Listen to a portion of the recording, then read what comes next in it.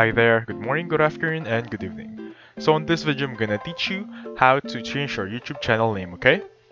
So as you can see right now, I'm currently using a desktop setup with the Windows OS running. So if you're watching this with your MacBook, especially those Apple devices or your tablet, please stay in the video because it's literally the same process. This goes with the same as your phone, okay? Now, from here now, just click on your profile picture and then click on YouTube Studio. This is where we want to be.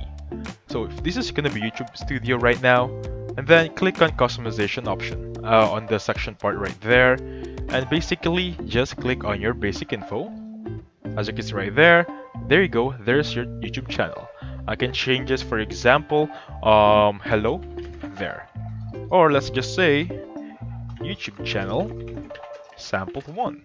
Basically, just please pay attention that choose a YouTube channel that represents your channel. Changes made to your name and picture are only visible to YouTube and on other Google services. Again, please take note on this one. You can change your name twice in 14 days or 2 weeks, okay?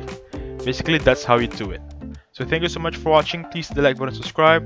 I'll catch you guys on the next one. Goodbye for now.